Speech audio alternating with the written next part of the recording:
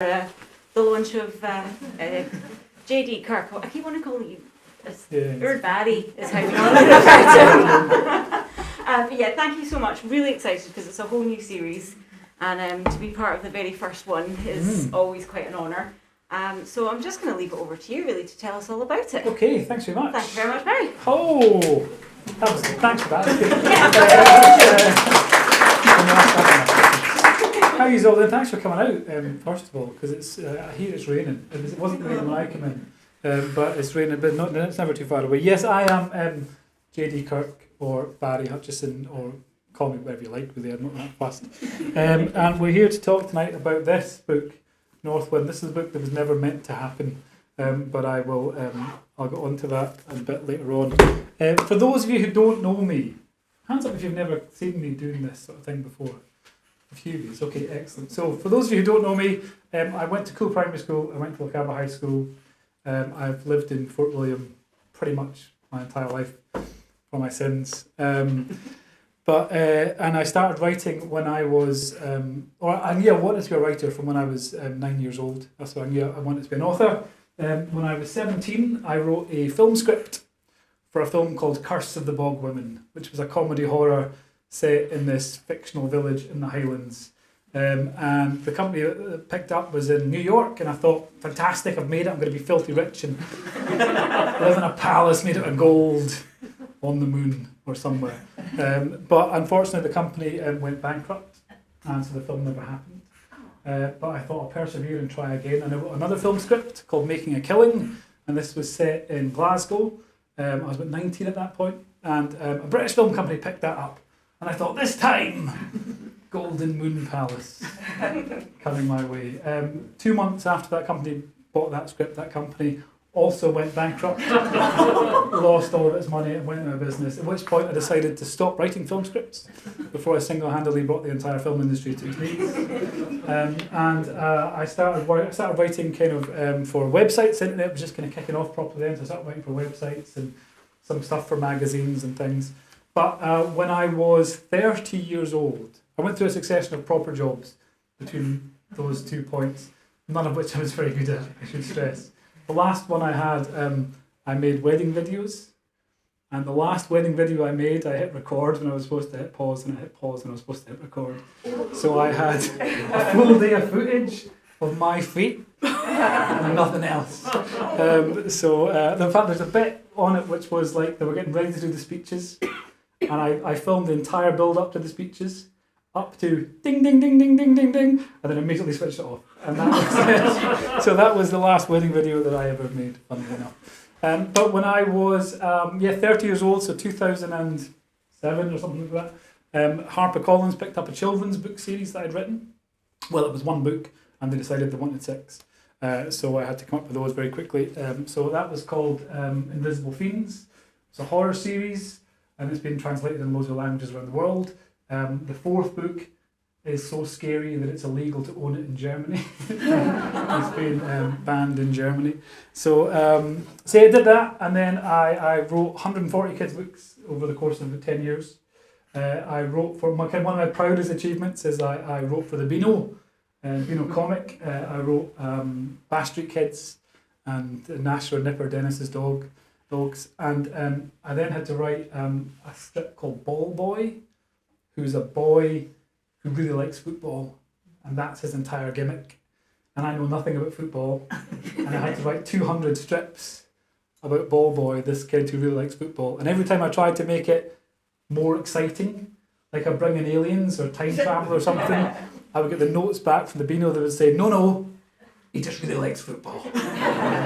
So I then had to try and come up with 200 strips about a boy who likes football. So, and eventually did it, and slowly went mad, and then stopped writing for the Beano shortly after that. But yeah, so I've done that. I've written some stuff for TV, for animation in America, for DreamWorks TV, a series called Kit Van Creepy Delivery Boy, and various other things.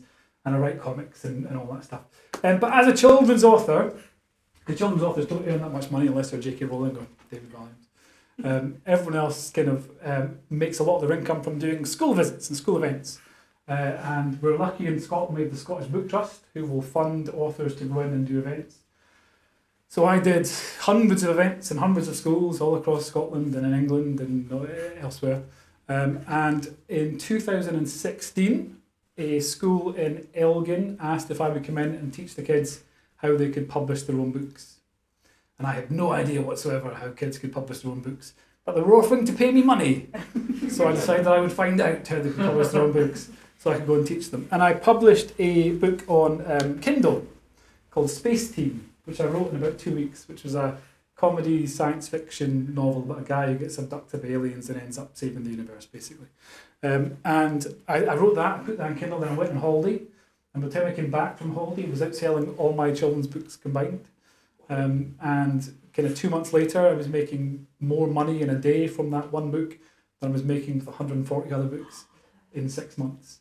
So I thought, right, I'm going to write a second one. And I wrote 12 of them in the end, and 3 spin-offs and various other things. But I had this idea for a crime novel that had been in the back of my head, and it was difficult to do it when I was writing for children because it had loads of bad language and it had loads of violence and death. Bad things happening to a cat, which I found out people don't like. Really don't. Tell you can kill as many human beings as you like. Imply one cat is getting injured, and they're furious. So yeah, that's my writing tip. If you think about writing a crime novel, don't kill a cat or a lovely puppy. Anything else is fair game. But the crime novel I had in my head was A Litter of Bones, which was the first DCI Logan book. Hands up if anyone has, or who's read any of the DCI Logan books? Most of it's good. Who's not read any of the DCI Logan books? Get out.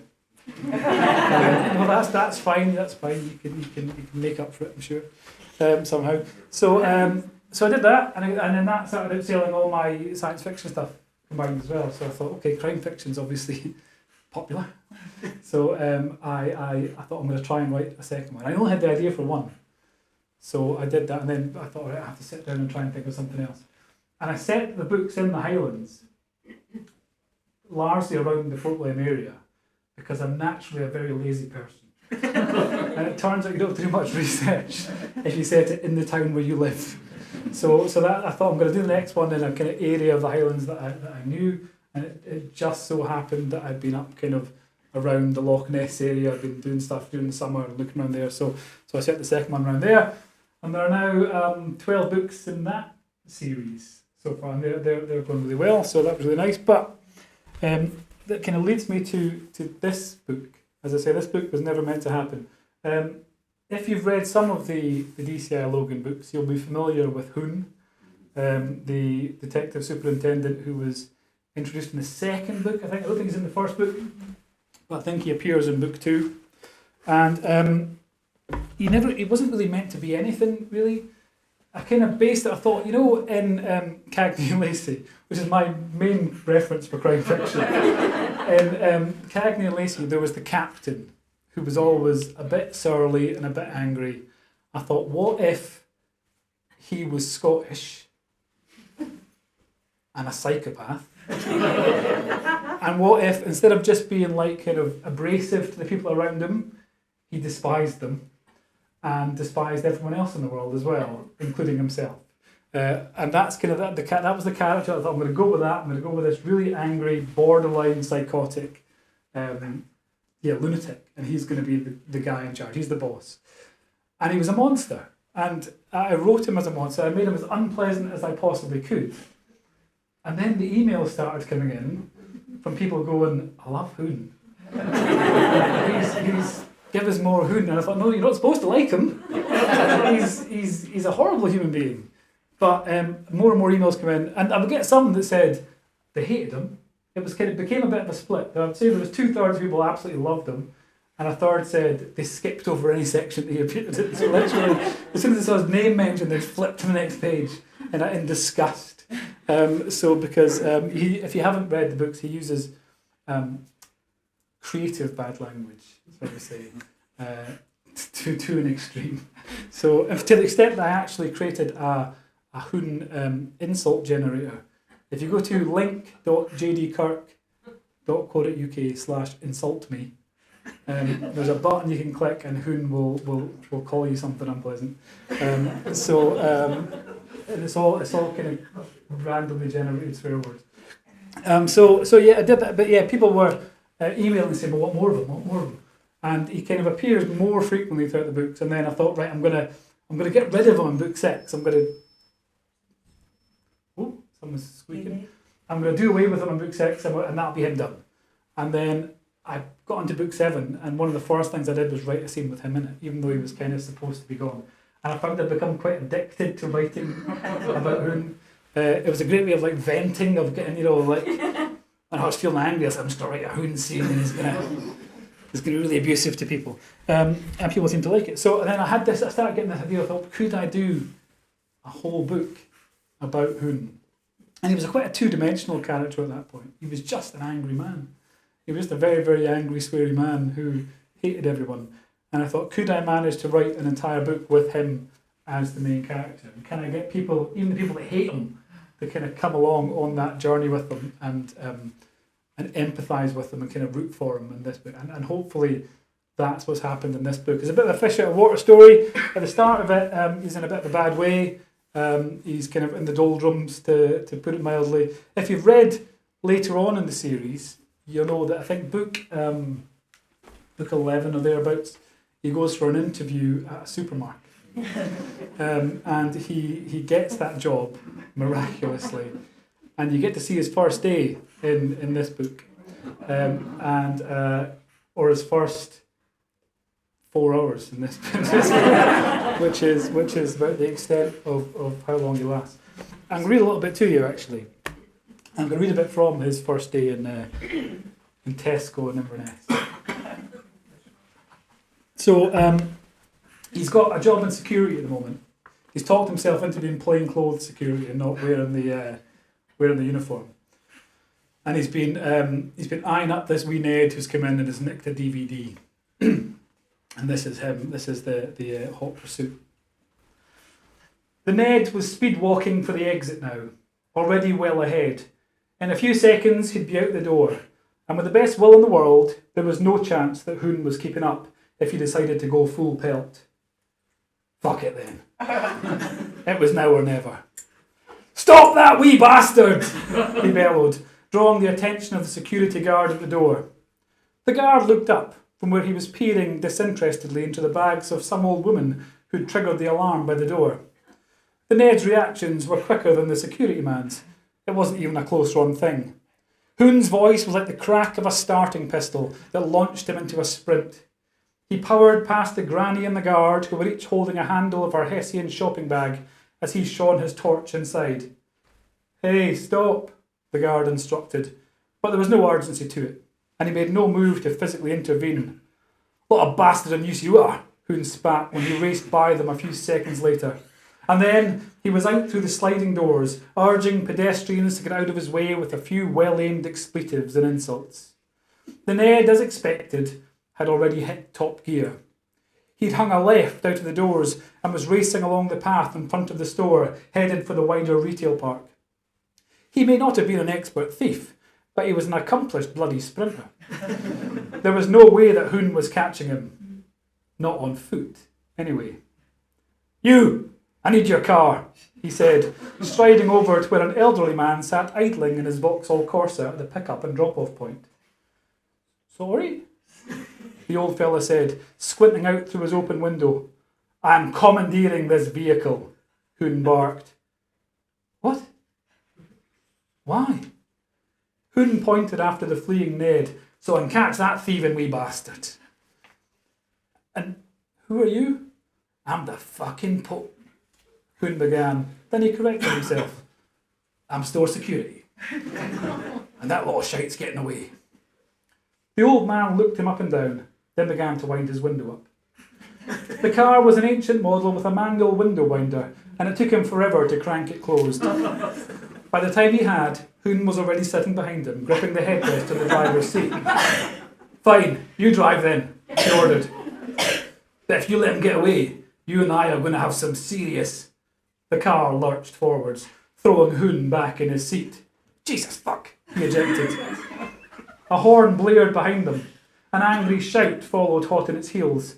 Hoon responded with a raised middle finger, then jabbed the one next to it ahead, indicating the target. That one. That's the one we're after. I see him, the old fellow up front said. He swung sharply, pulling past a stationary taxi and forcing a delivery van coming in the opposite direction to slam on the anchors. Hoon gave him a hearty pat on the shoulder as they swung back in. That's my boy, he cheered. The fleeing Ned was right ahead now.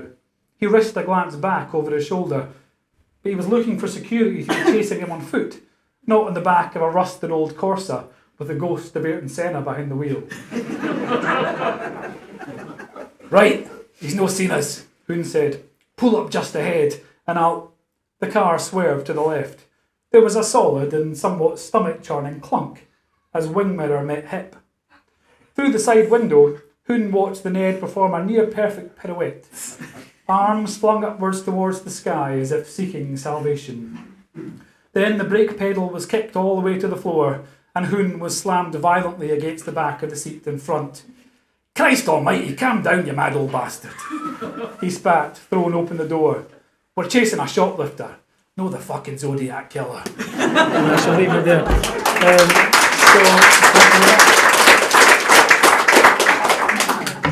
So Hoon's first day at Tesco comes to an end soon after that particular incident. And he actually finds himself getting arrested in this book and taken to a cell in where DCI Jack Logan turns up to gloat and manages to get him out. But in this book, he goes home where he's drinking heavily, and a friend from his old army days turns up, and his friend's daughter has gone missing in London, and he reckons Hoon is the guy to go and find her. And he's initially reluctant, but realises that kind of what he's been missing since leaving the police is a kind of sense of purpose, and this gives him that purpose and turns him into quite a dangerous man. So it's more of a kind of action thriller than the Logan book. So he goes down to London and gets involved in this in the kind of underworld of people trafficking and stuff, and so there's lots more violence, there's lots more action and lots more swearing. It is 80,000 words long, 817 of which are variations of the word fuck. So a little over 1%, which is neither big nor clever, quite frankly, but that's just the way his character works. And it was a bit of a challenge for myself with this book because, like I say, he's quite an unpleasant guy. So trying to make him a character you could empathise with, and trying to develop his backstory and kind of show how he's become this person that he is today, while keeping him true to his character from the Logan books, was a bit of a kind of juggling act, really. But hopefully it's turned out all right. There are 3 books planned in this. So this one is out tomorrow or today, obviously, if you're here. And then the next Logan book comes out in the future, December, I think. And then book 2 in this comes out in end of February. So I haven't read it yet. So I'm kind of cutting it fine. It's that like, what we are now, we're getting October, right? Yeah, really crack on with that. So fortunately, I write very quickly. Not well, but quick. Speed matters. So that's the second one. Is called Southpaw, which is about an illegal underground fighting thing that he kind of gets involved in.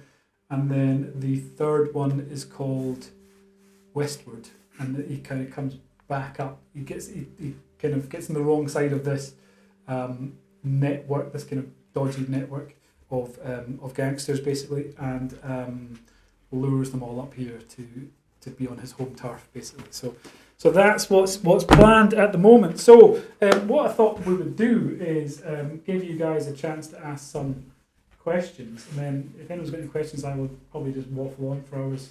Yes. Why did you change the name that you're writing under? So kids didn't go, oh, he's got a new book out, and it's full of swearing and violence and cat torture. So I really don't like the cat torture. Well, I should have learned actually, because one of the kids' horror books I wrote one of the Invisible Fiends books. The third one in the series is called The Crowmaster, and it's about this scarecrow that controls birds that'll peck your eyes out and eat you alive and stuff. And there's a little dog dies in that book. A lovely wee dog called Toto, named after the dog from The Wizard of Oz. And shortly after the book came out, I got an email from a woman, and it said, "Dear Miss Archison, my daughter has just read your third Invisible Fiends book, The Crowmaster. She's very upset about what happens to the little dog Toto.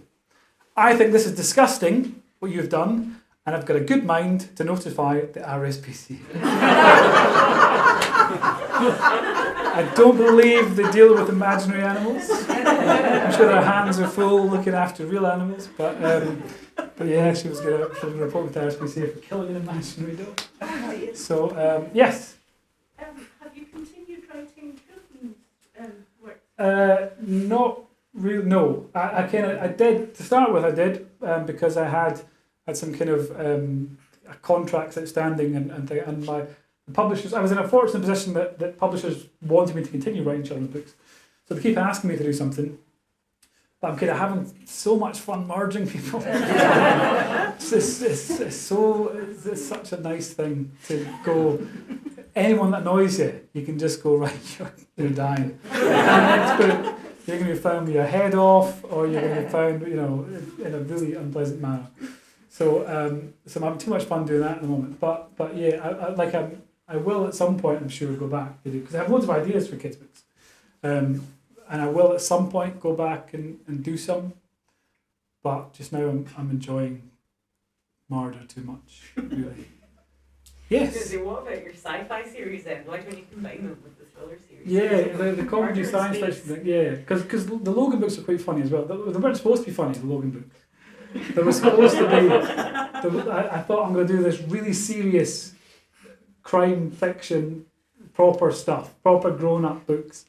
And then the first line of the first book starts with the total collapse of Duncan Reed's life began with a gate in the arse end of nowhere.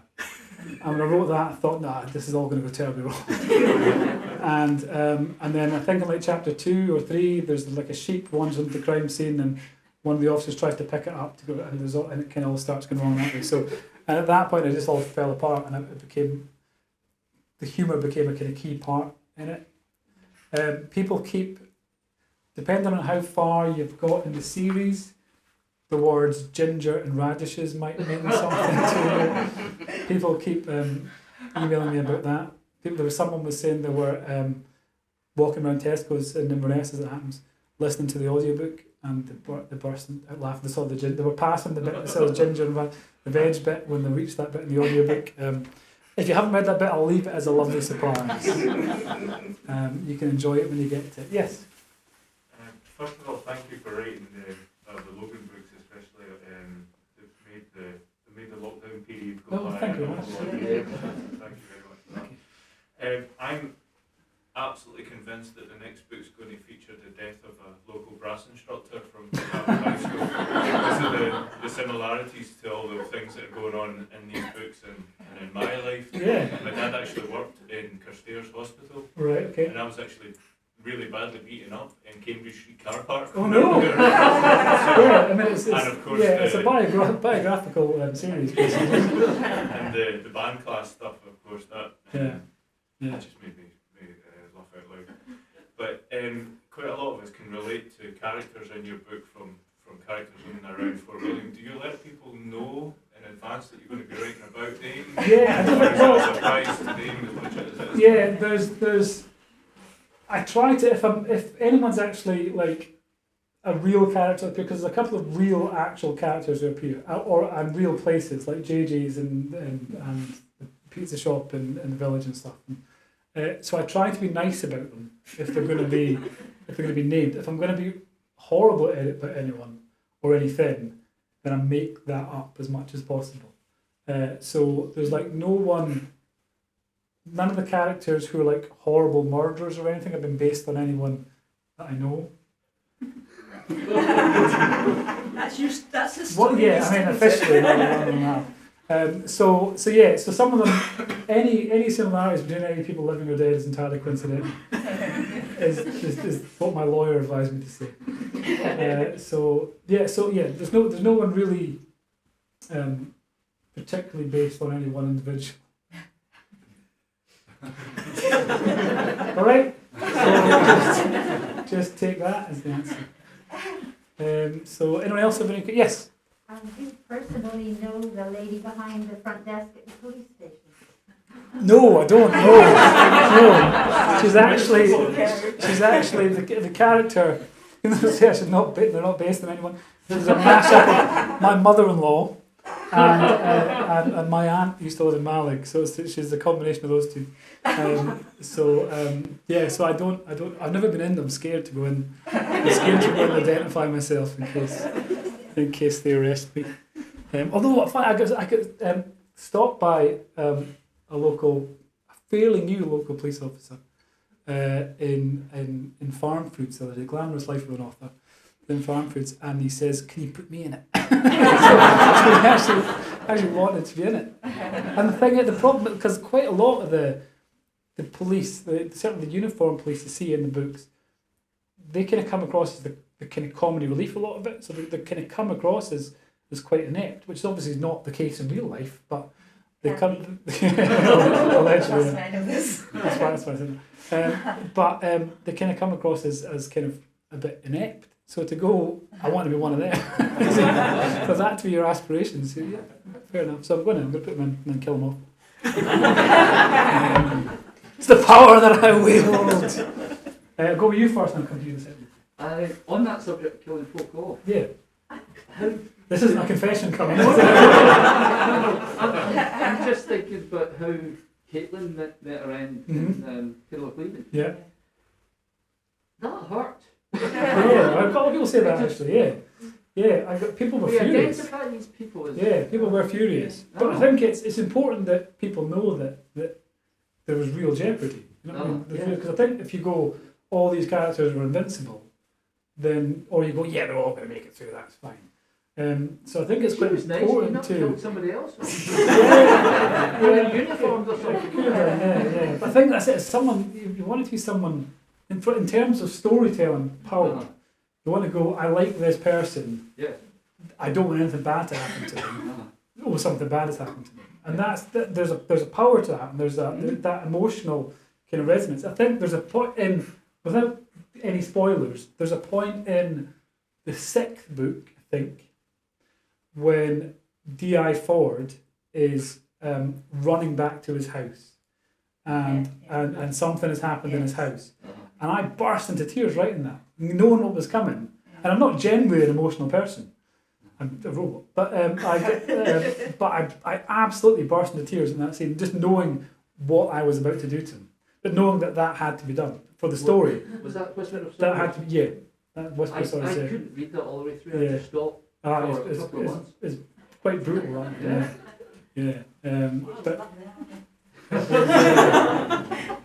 So I genuinely burst in tears at that scene, but that it had to be done for the purposes of the story. You know, I could have went, no, everyone's fine, it's okay, but that's not how the world works. Unfortunately, as I'm sure we all know.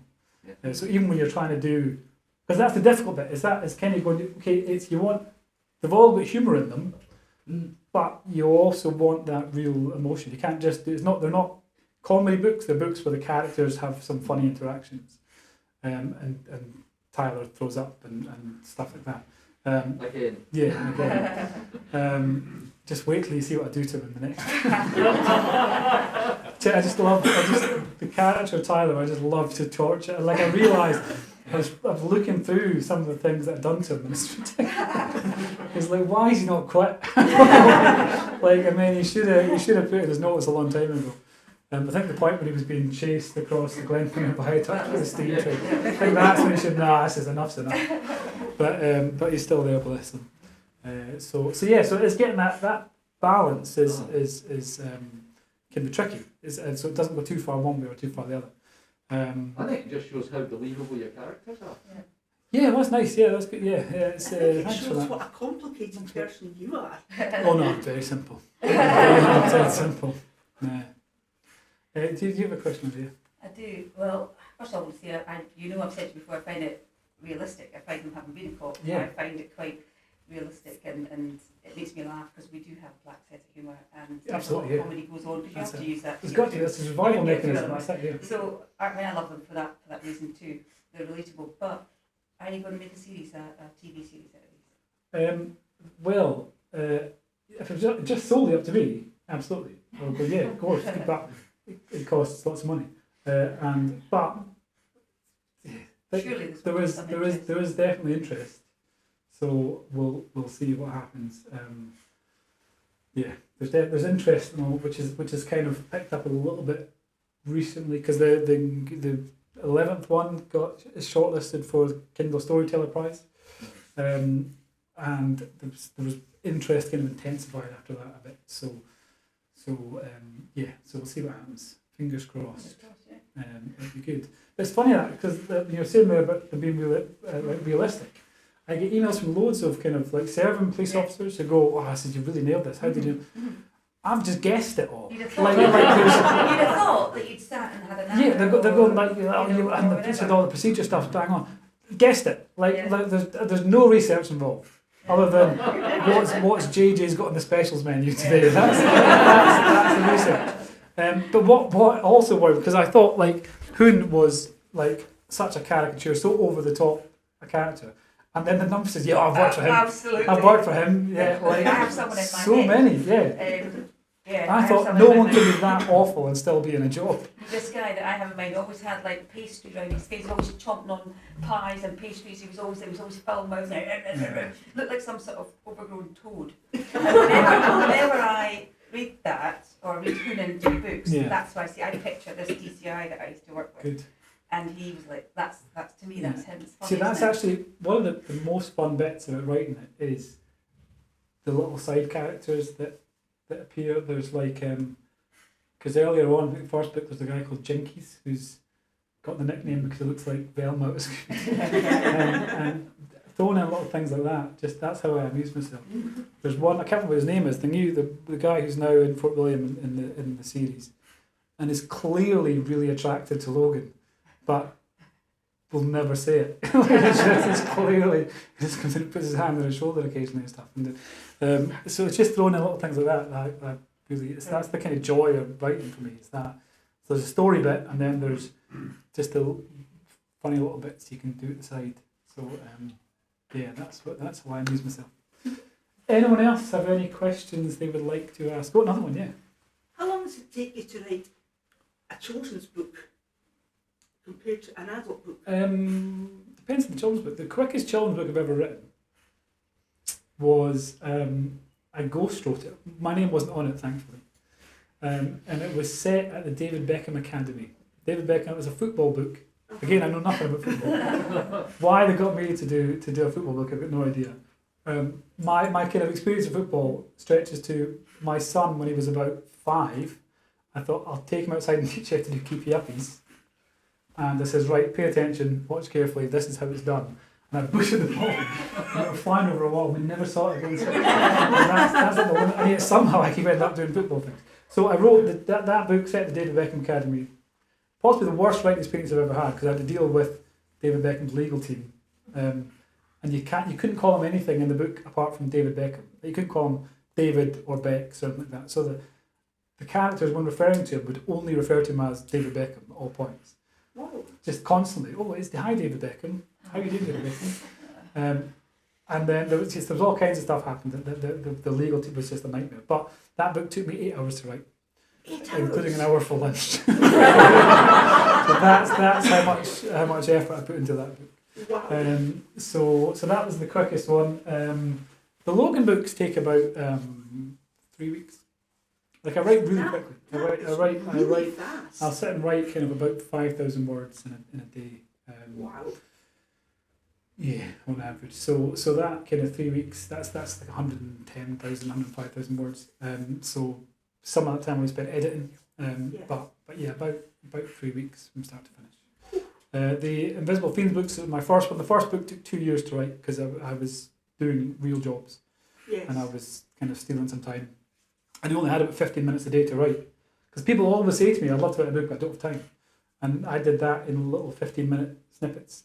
and then it became like a 6-book. Well, it became a whole career basically. So the first book took 2 years. Second book took a month. That was when it was because, and then book 3 took 3 months, and book 4 took 4 months. Book 5 took 5 months. So those kind of got, because I was doing I had to do promotional events and stuff at the same time. I was kind of on the road a lot doing schools and stuff. So. Are you writing a book right now? Yes, I'm writing. I've just started the second one in this, so I'm like literally. I haven't actually started writing it. I've got the plot all figured out now.